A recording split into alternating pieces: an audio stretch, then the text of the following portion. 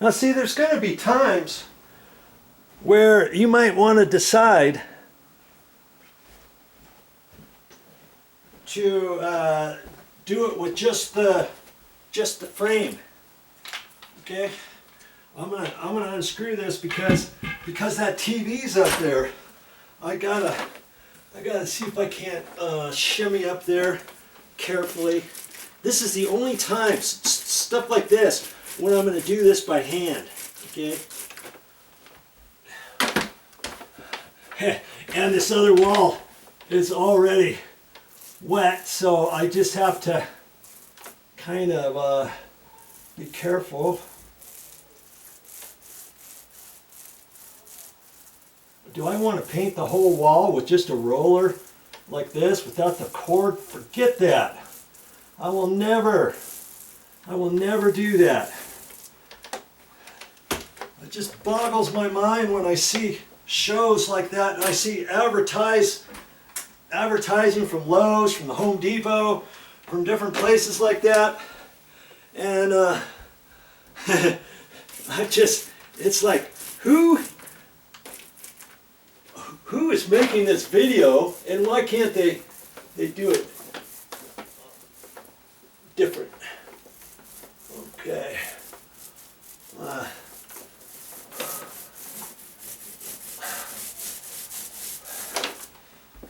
And let's see here. I'm gonna do as little as I can, you know. But see, I've got these cords here. They're kind of on the wall, and I'm not sure if I can make this go a different way to where it's off the wall. It might just have to touch the wall, you know. I don't know. Maybe I can get some masking tape. I can see if it touches the wall, it's going to stick to the wall, and then I'm going to have a little issue with that. All right, let's take a little masking tape here and see what I can fashion. Maybe. We'll see what I can do. That wasn't it. I was going to do something else. Let's see here. Let's see if I can't pull it like that, see? And tape it there. I'll put a little bit more tape on there so it's not gonna, there. It's not gonna like come off, you know. Good grief. This is the kind of stuff I really don't like to mess with once I get started painting, you know what I mean? Things like this. Because once I start painting, I just want to paint. Okay. Now, I don't have to get it exactly all the way up there because I'll do that with the cut-in, right? But for this little section here, I'm just going to have to swallow my pride.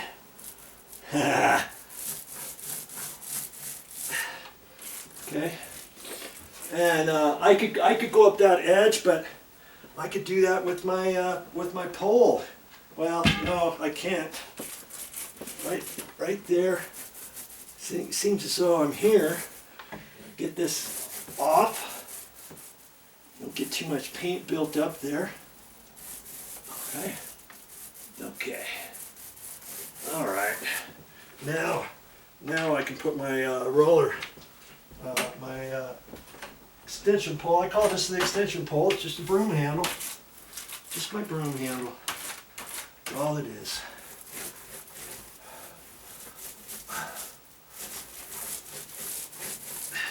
You'll get good going different directions and stuff. Just make it a challenge. How can I do the painting without taking the cover, the frame off? and see how you can do it. You can backhand it on there with your left hand down there, or your right hand, or get up on a ladder, or get down on your hands and knees, or whatever you got to do. It's always better than taking your frame off. See, I can just do it with one hand. And I can do that because this is not a 9-inch cover. See? And I'm just putting a little on. A little dab will do you. Now,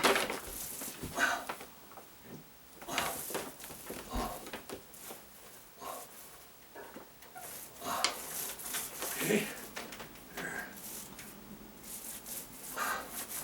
There we go. Okay. Now I gotta remember to blend it all back in. And I can generally tell if I have enough paint on my paint roller, and if I don't, then I dip it in again. You know? Sometimes you have to do that.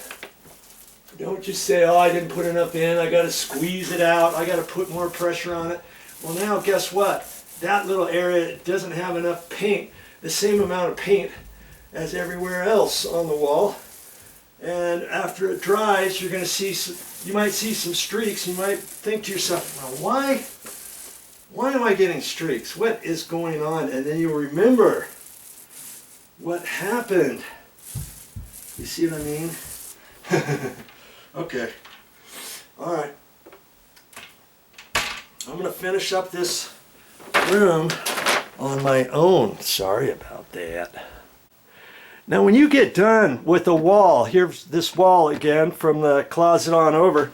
When you get done with the wall and you get going on the other wall, you can drop back and you can kind of take a look at that. You can kind of critique, hey, how am I doing with the paint? Am I putting too much paint on? Is there something going on? And you might take a look and see whether or not you have any runs. I just fixed a little run here. Now, that's the only run I'm seeing, and you know, that's a good time to check it. Just kind of peruse it, and my word, why not check it? You know what I mean? Why not check it if you can when it's still slightly wet? Before it gets all done and you see a run. Now it's hard to fix a run. You've got to scrape it off. I'm looking at the other wall I just did now. You got to scrape it off, and then it leaves an edge, and then you've got to do something with that and fix that and repaint that, and you know what I mean. And so I'm just gonna look at this, because I've got the light on. And that's the other thing. If you don't have a whole lot of light, this room fortunately has a lot of light, but like in the main room, it's not very lit in there. And so I'll put my construction light on, because I want to make sure I check to make sure I don't have any runs. Now, I don't do paint every day. The last time I did painting was quite a few months ago. And I have to check myself too every once in a while.